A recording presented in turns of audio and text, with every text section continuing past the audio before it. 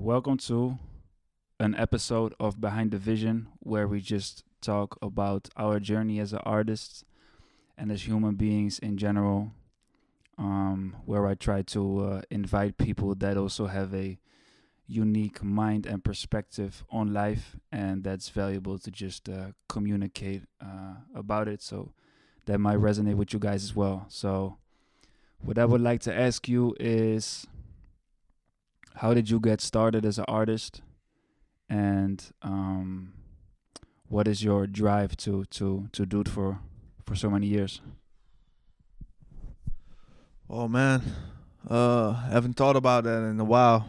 You know, I always was rhyming. Like kids in school when we had like a assignment, they always came to me to do like the little rhymes and stuff. But I didn't think nothing of it. I just knew I got the capability to put the pen on paper. But as time progressed and I was like 17, 16, 17. I was hanging around at the skate park a lot, and like when it started to rain, everybody from the skate park moved to like a little shelter, and we didn't have much space, but we wanted to continue the flow. So like my man Kingly Young always dropped the beats, and we just freestyle, drop verses, so that inspired me to start writing more. It was actually Yella. And his verses and his storytelling capabilities that really inspire me to be better than him. I don't think I'll ever be better than him, but just the way he tells the stories, I'm like, oh shit, man, I gotta improve on that. I gotta move on that. And so I just started writing in secret, and then out of nowhere, I just dropped. Then, then came the house parties, and we crashed every party, but some of them we were invited to, but it was always like the center of the party. Everything everybody was talking about was like the ciphers we did. Like we went with a big crew, and we just stood in the middle of the room and shouting verses at each other. It was so much fun, and I think the fun in it, had me keeping doing it. I just loved it, and I loved the vibe and the energy and the crowd, all the hyper shit. I knew I had to move up on the stage, that I had a talent, and I can do something with this. That not only serves me, but always serves as having a purpose of having fun, but also to carry the message. To carry the message of spirituality, positivity, and mental health. All the struggles I've been through. Hoping it'll resonate with somebody and motivate them to ask for help when they need to, or to connect to somebody when they need. Because we always, let me keep it to myself. I always went and try to fix everything myself and not ask for help or not show any sign of weakness. And it was when I started to show these weaknesses and ask for help, I received it and gained power through it. So that's the message I've been trying to relay in my music. Like, hey, I come from this and that. I done this and this, but it's not the bottom. I talk about the bottom a lot, but also the way to move up from it and to level up. And it is possible, no matter where you're from or what you did. To find a spiritual path for you to grow on and level up, shift these timelines. I know I'm moving a little off topic, but that's the first thing that come to mind. Yeah, man. Bless. Dope. So, what would be, you would say, like the moment or few moments or whatever that that you really realize, like, I am on a spiritual path and I am in service in what I'm doing? Is there like is there like a specific moment that made you realize, like, I'm here, not by coincidence?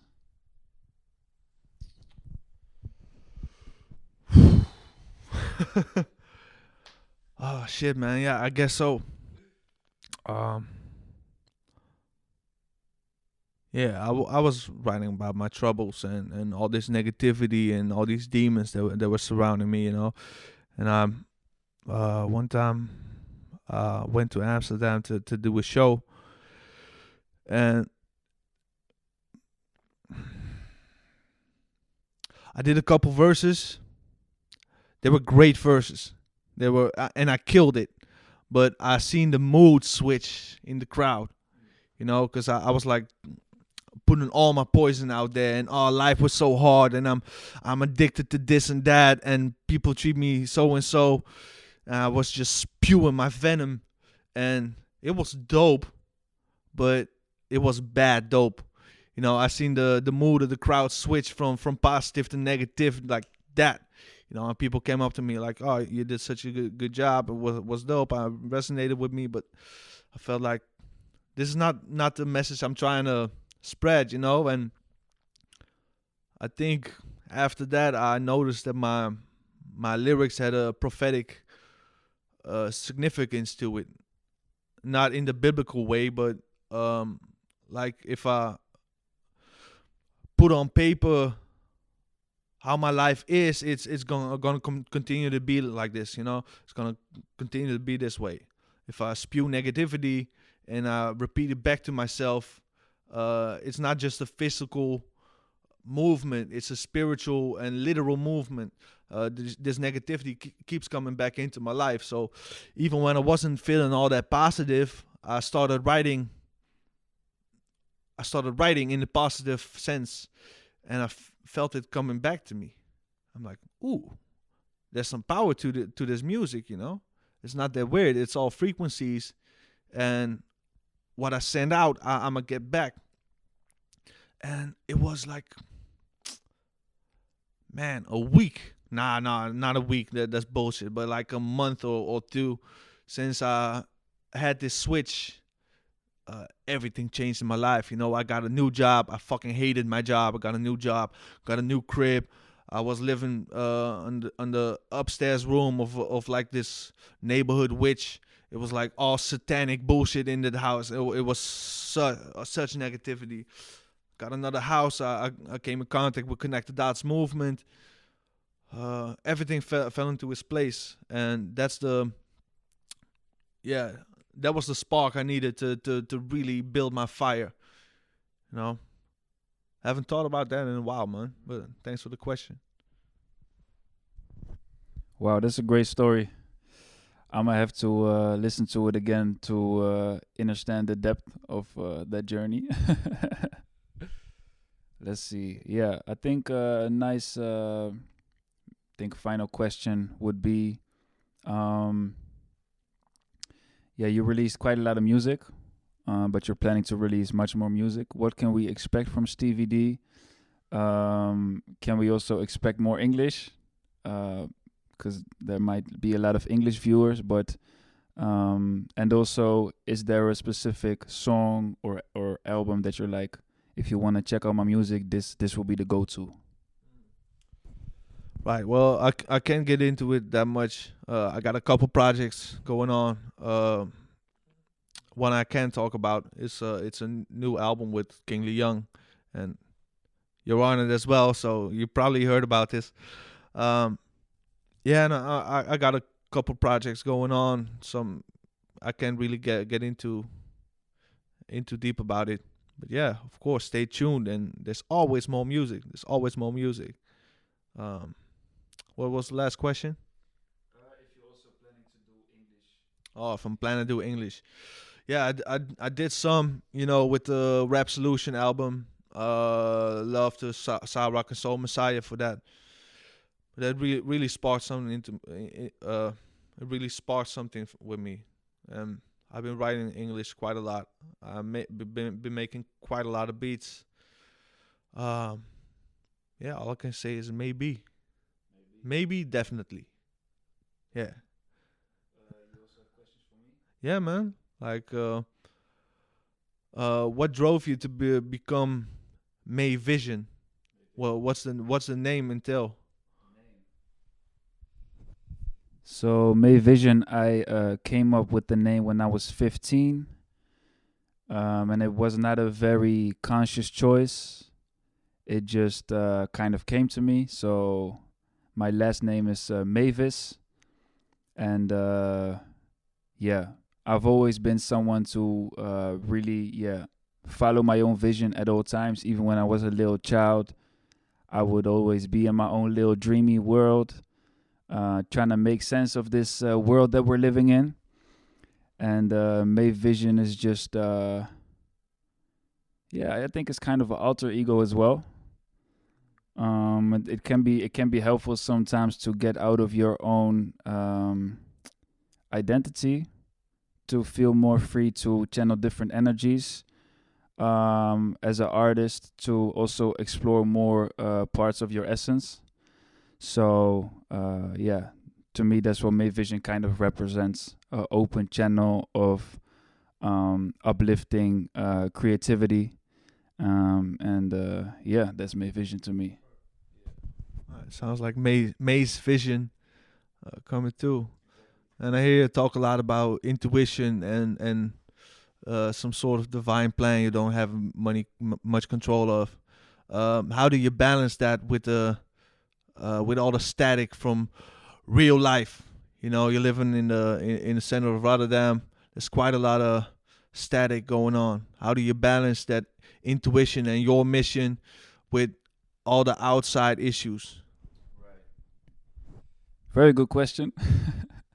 um, on the one hand, it's of course a challenge, but on the other hand, it's also an invitation to learn to trust your intuition, even in those environments, because the environment is just a reflection of myself. So I'm just meeting parts of myself at different parts of the country or world or whatever, different situations. So it's about how I relate to the situation. So that's really what it comes down to for me. Is like, okay, this is a new environment, a new challenge. How do I relate to this challenge? And then, yeah, I can look at it as something I resist or something I embrace, and I try to embrace it. How is that? Because you live in Alkmaar, of course. How do you relate to your surroundings, and how is it reflected in your music? That's a big one. Um, Man, I just feel so at home in Alkmaar. I've been running around these streets where I now live at since I was like a puppy. So I always feel at home. I didn't really have much struggle in Alkmaar. It's more from the other places I've lived. So I always got a positive uh, memory from Alkmaar, and to really, I really lived there. You know, I'm looking at the big church. You know, from my window. It's the center of the center, and I'm right at the source of Alkmaar. I got so much love for it. But of course, there's all this bullshit going on outside. But I don't know, man. I just feel empowered. A lot of my family was from that area, you know. So I always envision like the streets I'm walking on. My sister got married there. You know, my grandpa, my grandma walked these streets. I always feel like I got like an army of angels behind me with their hands on my back. So nothing really can harm me. This is my city. You know, I really feel like this. And I know everybody. I know everybody that wants to do harm. I know everybody that wants to do good, and I know how to balance it and talk to everybody. And I always try to come from a loving motive. Everything I do, I always try to be from a love perspective instead of a fear perspective. So I just try to embrace everybody as I go. And sometimes situations ain't for me. You know, I walk the other way because there's a million roads that lead to home. So not right now. There's construction going on. But, you know, we'll get back to that. Thanks for the question. I like what you said there. Let me check 1 second if it's recording correctly. Yes, it is. I was a little bit afraid that none of this conversation was recorded, but I like what you said about there are many ways that lead to home instead of there are many ways that lead to Rome.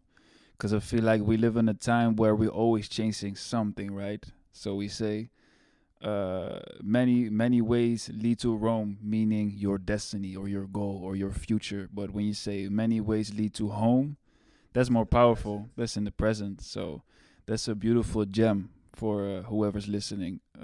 So I like that. Yeah, yeah, yeah. Are there any other things we like to discuss, or are we done for now?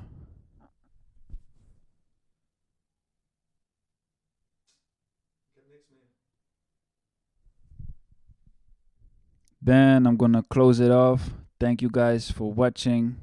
I go by the name of Mayvision. This is the brother Stevie D. Stay tuned, and as you know, subscribe and like and comment if you have an opinion on our topic, and always feel free to add on to what we're building, because it's a continual process, and the more feedback we get from you guys, the more inspiration we have to, you know, keep sharing our opinions as well. So thank you guys for tuning in. Until the next one, love. Thanks, brother. Behind the vision, I like that one. Behind the visual, Yeah. yeah, man.